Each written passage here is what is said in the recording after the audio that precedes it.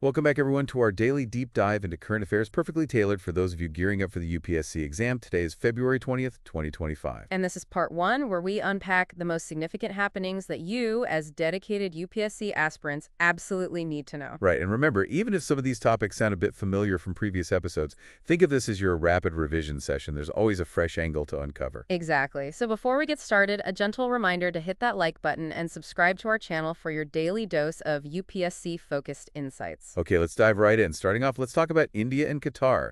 Did you know they just took their partnership to a whole new level? Absolutely. During the Emir of Qatar's recent visit, they elevated their ties to a strategic partnership, which goes way beyond the usual diplomatic pleasantries. Strategic partnership. Sounds impressive.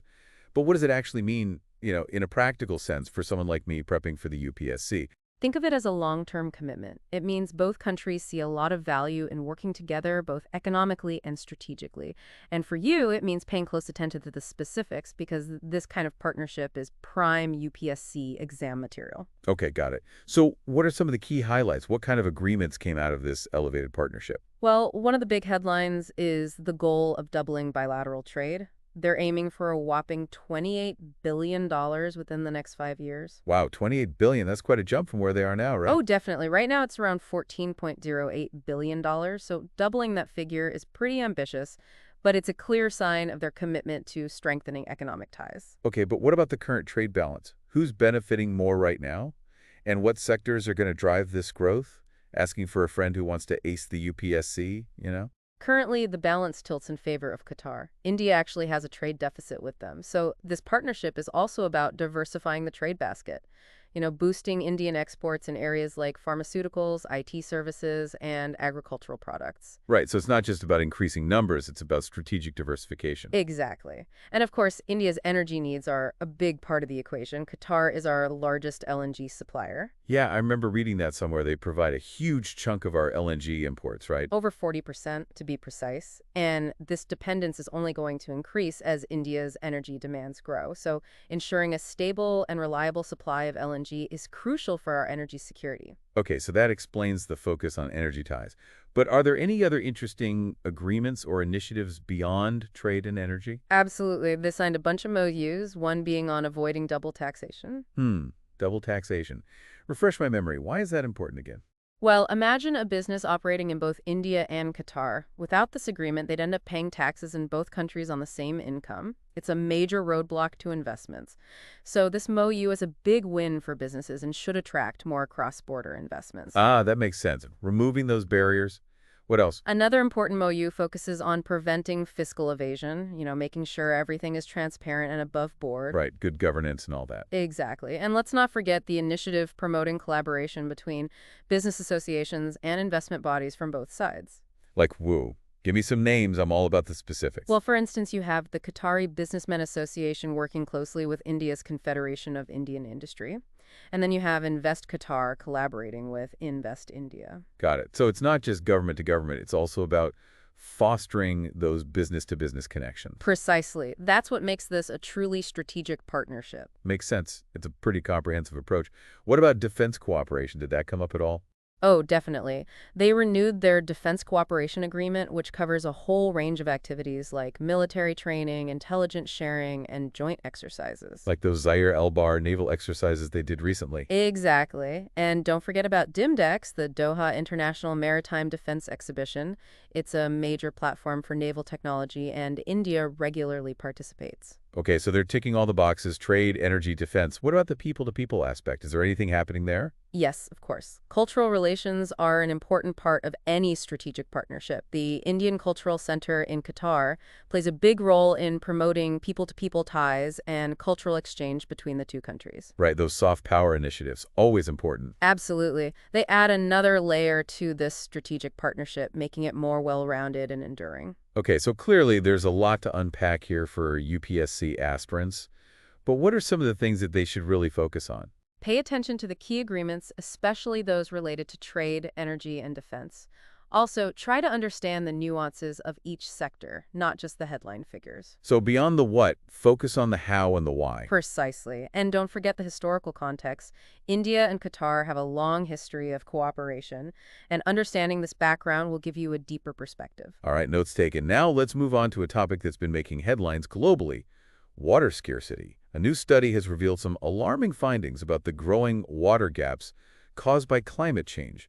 Can you explain what a water gap is for our listeners who might not be familiar with the term? Sure. In the simplest terms, a water gap is the difference between the amount of water available in a region and the amount that's being used.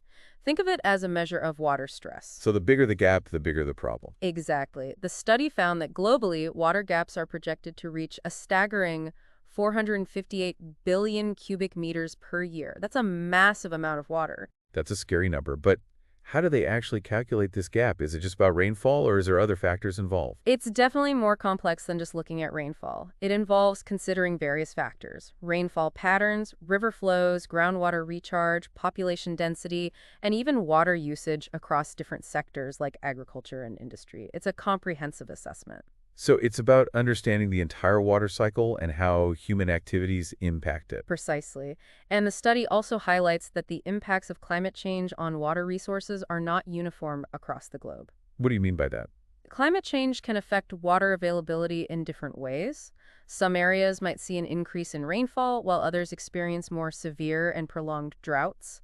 It's a very complex and dynamic situation. Right, so a one-size-fits-all solution won't work. We need to tailor our strategies based on local conditions and changing climate patterns. Exactly. Understanding these regional variations is key to developing effective water management strategies. And speaking of regional variations, the study specifically highlighted India, the US, and China as countries facing the largest water gaps. That's worrying, especially considering India's already strained water resources. It's definitely concerning. With a rapidly growing population and a changing climate, India is going to face immense pressure on its water resources in the coming years. We've heard a lot about India's water challenges, but how is this projected increase in water gaps going to impact us specifically? Think about it. We already have over 600 million people facing severe water shortages. And with these widening water gaps, the strain on our limited water resources is only going to intensify. What does that mean in practical terms? Well, imagine a future where our rivers are drying up, our groundwater is depleted, and our cities are struggling to meet basic water needs. Agriculture, which depends heavily on water, would be severely impacted. Industries that rely on water would struggle to operate. It could have a cascading effect on our economy and lead to social unrest. That paints a pretty grim picture. And I remember reading somewhere that NITI predicted that India's water demand will double its supply by 2030. That's just a few years away. Yes, those predictions are alarming. And if we don't take immediate steps to manage our water resources more effectively, we could be heading towards a crisis of unprecedented proportions. So what's being done to address this? Are there any government schemes or policies that are trying to mitigate this looming water crisis? There are several initiatives aimed at improving water conservation and management in India. For example, the National Water Mission promotes integrated water with source management across different sectors. It's about bringing together different stakeholders to ensure that water is used more efficiently. So it's a collaborative approach rather than a fragmented one. Exactly. Then there's the Atal Kujal Yojana, which focuses on community-based groundwater management. It's about empowering communities to take ownership of their water resources and manage them sustainably. That sounds promising. Engaging communities at the grassroots level is crucial. But what about the agricultural sector? It's one of the biggest consumers of water in India. Are there any schemes targeting water efficiency in agriculture? Absolutely. The Pradhan Mantri Krishi Sinchai Yojana, or PMKSY, is a flagship program aimed at improving water use efficiency in agriculture. How does it do that? It focuses on promoting micro-irrigation techniques like drip and sprinkler irrigation. These methods deliver water directly to plant roots, minimizing wastage and improving crop yields. It's about using technology to ensure that every drop counts. That sounds smart. Precision irrigation rather than just flooding the field. Precisely. It's about making our agricultural practices more water efficient and sustainable. And finally, on the data management front, there's the National Hydrology Project. What's that about? It's all about strengthening India's water resource management capabilities. It focuses on improving data collection, analysis, and the capacity of institutions involved in water management.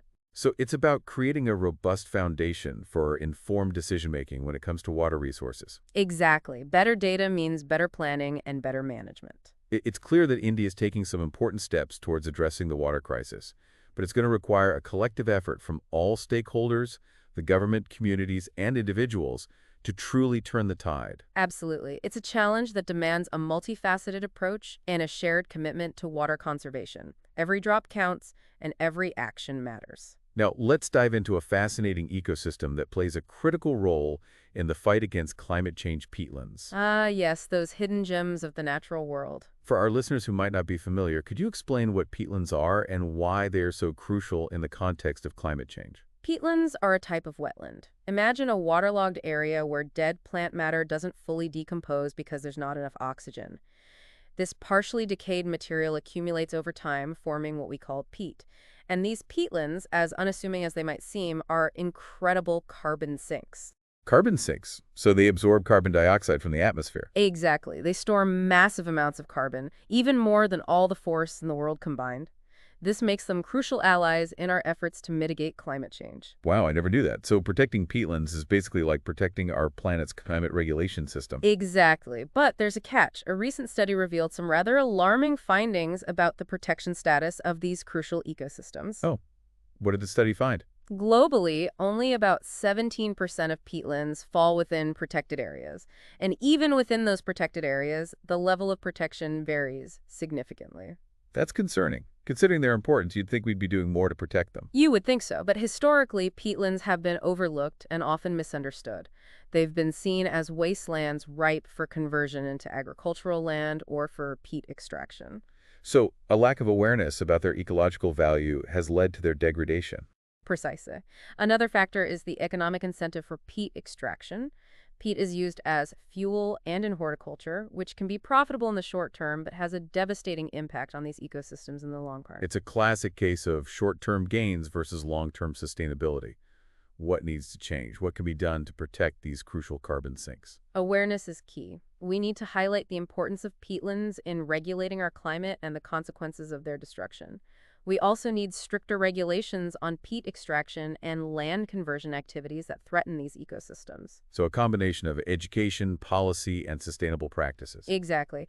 And there are some encouraging initiatives emerging. The Global Peatlands Initiative, for example, is working to promote the conservation and restoration of peatlands around the world. That sounds promising. What about India? Are there any initiatives focused on protecting our peatlands? Yes, there are. The Ministry of Environment, Forest, and Climate Change launched the Wetlands Rejuvenation Program in 2020. This program aims to restore over 500 wetlands across the country, including peatlands. That's great news. I hope it's successful in revitalizing these crucial ecosystems. I do too. And it's important to remember that peatlands are not just carbon sinks. They also support biodiversity, provide clean water, and even help regulate water flows, reducing the risk of floods and droughts. So protecting peatlands is a win-win for the environment and for communities. Absolutely. They are invaluable natural assets that deserve our attention and protection. Now let's shift our focus to something a little closer to home, the Soil Health Card Scheme. This scheme just completed 10 years, and it's been hailed as a game changer for Indian agriculture. Can you give our listeners a quick overview? Absolutely. The Soil Health Card Scheme, or SHCS, was launched back in 2015 with the ambitious goal of providing every farmer in India with a personalized soil health card. Personalized, what does that mean? It means that each card contains detailed information about the soil's nutrient status in that specific farmer's field. And based on this data, the card provides tailored recommendations for fertilizer application. It's like a customized health report for your soil, guiding farmers on how to best nourish their land. That's brilliant, taking a scientific approach to soil management. Exactly. The cards analyze 12 key parameters, including macronutrients like nitrogen, phosphorus, and potassium, as well as micronutrients like zinc, iron, and manganese. Wow, that's comprehensive. They also measure things like pH, electrical conductivity, and organic carbon content. It's a pretty thorough analysis. So how does this information actually help farmers? How do they translate this data into action? Well, for starters, it allows farmers to understand the specific needs of their soil. They can then optimize their fertilizer use, applying the correct type and quantity of nutrients based on the recommendations. So no more guesswork or blanket applications of fertilizers. Precisely. This targeted approach leads to several benefits. Farmers save money on input because they're not over-fertilizing. Crop yields improve because the plants are getting the exact nutrients they need. It's a win-win for farmers and the environment. Less fertilizer runoff means healthier soils and cleaner water bodies. Exactly. It's a great example of how science and technology can be used to promote sustainable agricultural practices. And over the years, the scheme has evolved. In 2022-23, it was merged with the Rashtriya Krishi Vikas Yojana, or RKVY, under a component called Soil Health and Fertility. Interesting. So now it's part of a larger program. What was the rationale behind that merger? The idea was to streamline the scheme, optimize resource allocation, and amplify its impact. Integrating it with RKVY allows for better coordination and a more efficient use of funds to promote soil health across the country. It makes sense from an administrative perspective, but does integrating it into a larger program dilute the focus on soil health? That's a valid concern. It's important to ensure that the core focus on soil health doesn't get lost within a broader agricultural development agenda. It's all about maintaining that balance, right? Absolutely. So a decade on, what's the verdict on this scheme? Has it lived up to its promise? The numbers are quite impressive. Over 24 crore soil health cards have been generated, covering a significant portion of India's farmland. And the number of cards issued directly to farmers is steadily increasing. Those are encouraging numbers. But what about the impact on the ground? Are farmers actually benefiting from these cards? Absolutely. One of the most immediate benefits is cost reduction. By optimizing fertilizer use, farmers are saving money on inputs, which directly boosts their profits. That's great. And what about other benefits? The scheme has also significantly reduced the waiting time for soil test results. Farmers are getting their personalized recommendations much faster, which allows them to make timely decisions about their crops. That's critical in agriculture. And let's not forget the environmental aspect.